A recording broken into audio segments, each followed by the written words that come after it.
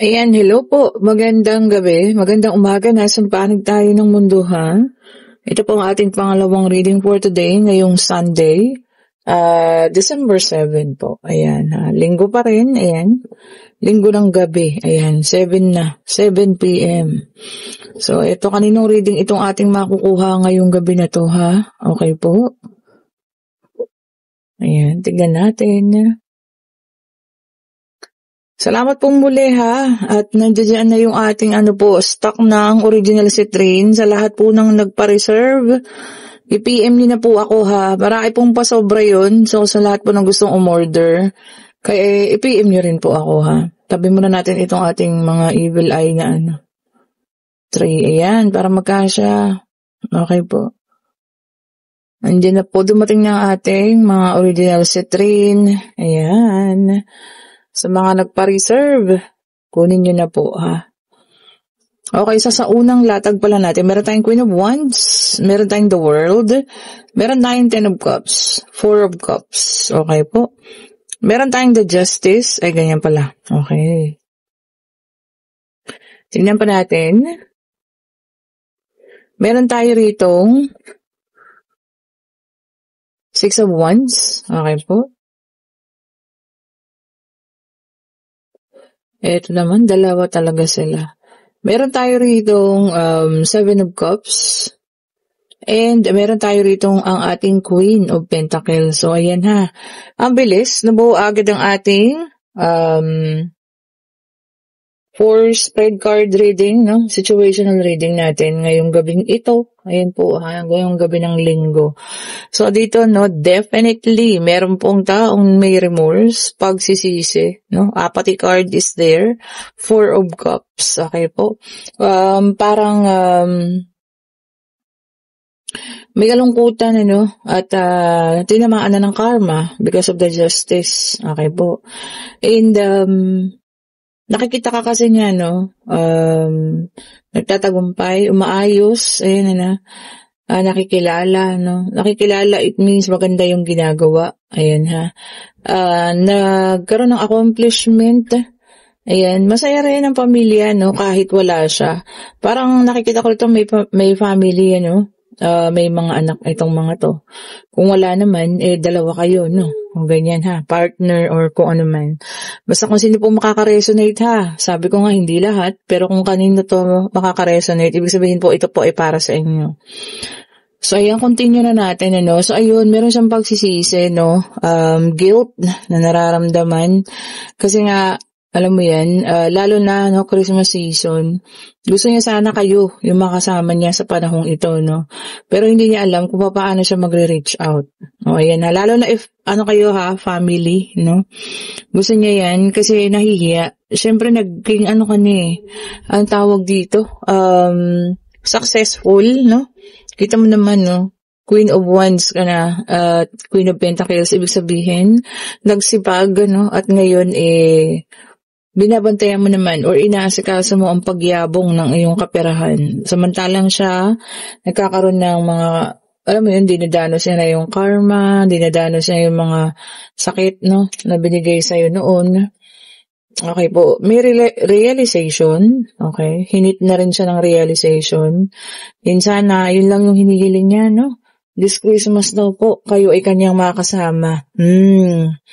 Which is, kinoconsider nating di ba, family, yun, gathering, na talagang, alam mo yan, ang pamilya ang dapat magkakasama po, ha. Oh. Kayo po, depende, kung kaya pang patawarin ng mga anak ninyo, kung kaya pang patawarin ng family ninyo. So, depende po, ha, kung matatanggap niyo pa ba. So, kung ano man po yan, or kung kakayanin ninyo, nasa sa inyo po, Muli, sa inyo ko pa rin iniiwan ang pagpapasya. Kung kaya niyong ibigay yung tinatawag nga nating mercy, awa, ayan. Tatanggapin niyo ba ngayong araw ng Pasko, ang taong ito? O ayan. Siyempre, depende rin sa mga anak ninyo, Especially kung may anak kayo, Kaya ba ang patawarin ng mga anak ninyo? O, di ba? And meron tayo ritong King of Pentacles, no? So, this time talagang sabi niya, no, thriving hard. So, gagawin niya naman daw yung makakaya niya. Sa pagbabalik niyang iyan, ano? So, kung ano man, bibigyan niya man ng pagkakataon or what, diba? Gagawin niya na po yung the best niya. O, ito dalawa ha. Pero unahin natin to. And meron tayong King of Wands. Ayan, ano? Sabi niya, no? Fearless. Ayan. Kahit ano daw sabihin mo sa kanya, no? Tatanggapin niya sa ngayon. Makabalik lang. Naku po. O, diba? Siyempre, yung iba, meron pang galit, sama ng loob, ano? So, kahit ano man daw yan po, kaya niyan tanggapin. Okay. Di, sinabi niya yun eh. O, di ba po? Ito para sa ito, no? Sabi nga, pagbabalik ng taong ito, ibalanse mo po lahat, ha? Okay, maaaring nakapagpatawad ka na, no? Pero yung love, no? Not sure kung nandyan pa. Kaya kailangan po ibalanse mo, ha? Puso, isip, balanse po dapat yan, ha? Huwag puro puso, huwag naman po puro isip. Okay, so tignan pa natin. And meron tayo rito, Eight of Wands, okay. Sabi niya talaga rito, no, holiday romances. Oh, napapanahon talaga, no. Ibig sabihin kayo talaga, ikaw ang namimiss niya, no? Kayo, ang family niya. Kung wala naman kayong ano dyan, no? Talagang ikaw ang center of attention niya ngayon. Okay? Kaya lang ikaw kasi you choose to be, sabi niya dito, silent, no? Ano ka lang, quiet mode. Ayan, ano? At recuperation, sabi niya, no? Or talagang, alam mo yun, inaalis mo lahat ng pain, nagpapagaling man, ano, kung ano man yan, nire-recuperate mo, no? So, baka recently lang tong paghihiwalay na to, no? At talagang, kaya nagkaroon ng pagsisisi yung isa. Oh, di ba? Oh, talagang reunion is coming, no? Reunion, coming home, pagbabalik sa inyong mga tahanan, ha?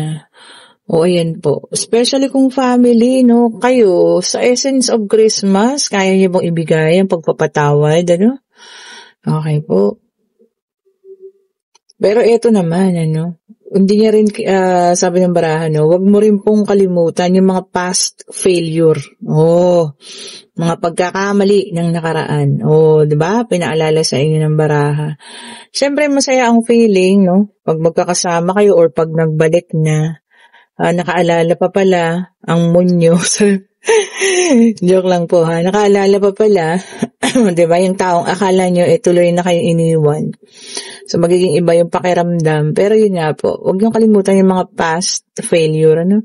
O yung mga nakaraang pagkakamali. Tapos sabi rito, no? So, meron tayo dito, 9 of Wands. Ayan, ha? Ayun pa, isa pa, no? Yung mga struggle mo. Oh, nung iniwan ka. Tama. O, diba? Kung ito man ay matagal na. So, yun po ha, huwag yung makakalimutan yung mga bagay na yun. Kasi, yun yung mga bagay na nakasakit sa inyo, pero at the same time, nagpatatag po sa inyo mismo, diba? Nagpalakas, nagpatatag, kaya ka naging ganyan ngayon, ano? Dahil sa mga ganong pangyayari po. O, diba naman? Eto, kinuha ko yung pangatlong deck of cards natin, ha? Ayan. Ito para sa iba naman. Okay, tignan natin. Sa lahat po palang gusto ng private reading sa Friday, magpa-schedule na kayo. Meron na akong 2 nakabook for 7 and 8 p.m. Bakante pang 9 p.m. natin, ha? And kung gusto niyo po ng ating sa umaga naman or tanghali, yan. Marami pa pong slot. Kaya magpabook na kayo, ha? And then Page of Cups, water sign, ano? Para sa iba, meron kayong makukuhang information kung saan naku-curious kayo. So, meron kayong bagay na naku-curious kayo or pangyayari at makukuha daw kayong information, ha? Siguro para malaman nyo na totoo kung ano yung mga kutob at naku-curious kayo. Okay po, para maklarify, kung ano man po yan, ha? Kung ano yung mga messages, mensahe, clarification. O, ito 2 na naman. Nagmamadali talaga. And meron tayong Six of Swords na naka-reverse, air sign naman. Water sign po pala Cancer, Scorpio, and Pisces kanina. At ito mga air sign, Gemini, Libra, and Aquarius. Okay? So may taong hindi pa tapos sa inyo, no? Unfinished business. So maaring hindi pa siya tapos. Kung ikaw, okay ka na, tapos ka na, natapos mo na lahat. Siya po hindi pa, ha? So, merong confrontation, baka kakausapin ka pa, no? Pwedeng ex ninyo, pwedeng kaibigan, ano? Or nagkaroon kayo something ng, alam niyo yan, hindi magandang pagkakaunawaan, ano? Hindi pa raw pala tapos para sa kanya. And meron tayong Three of Cups, water sign ulit ito. Okay. Sabi niya rito, no, community celebration. O baka may pa-Christmas party ang barangay, ayan. May happening. O sumali po kayo, ha. Basta maging festive lang tayo ngayong panahon na ito. Maging masaya tayo. Biro nyo, 11 months, no, dahil natin kinargang problema. Ngayon na nga lang yung panahon na maging masaya tayo, di ba? So be happy po, ha. Be happy. O, di ba? And spread happiness. And then, meron tayo ditong Six of Cups, water sign ulit, ano, Cancer, Scorpio, Pisces, naka-reverse, ayan. O, napapanahon, forgiveness, pagpapatawad, o, diba?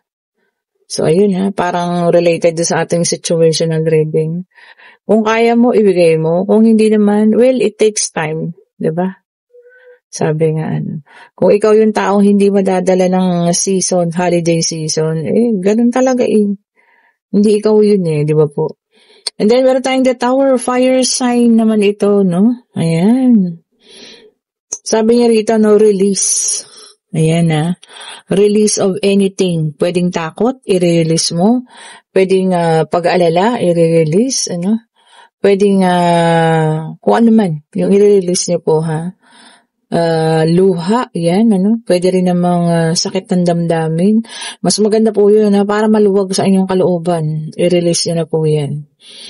And then, meron tayo ditong Two of Cups, water sign ulit. Unified by love. Talagang magkakaroon ng napakaraming reconciliation, ha. Bakit naman kasi pag Pasko sa kayo nakakapag-isip, mga animal kayo. Hala na diretso ko, mga animal. Di ba po? And then, meron tayo ritong Seven of Cups, water sign ulit ito, no? Sabi niya rito, opportunities, sabi niya, and choices. So, maraming paparating, ha? Piliin niyo na lang yung makakabuti sa inyo, ano? At yung maganda po, di ba? Kung ano man yan, na makakabuti sa inyo, piliin. And, meron tayo rito ulit na air sign. So, meron tayo air, water, fire. So, si earth ang wala, no? Pero lumabas naman siya sa situational reading, so kasali na rin siya, ha? Okay po. Seven of Swords, air sign, ano? Gemini, Libra, Aquarius, okay? Sabi niya, acting strategically. Pinag-aalala ng bawat kilos mo.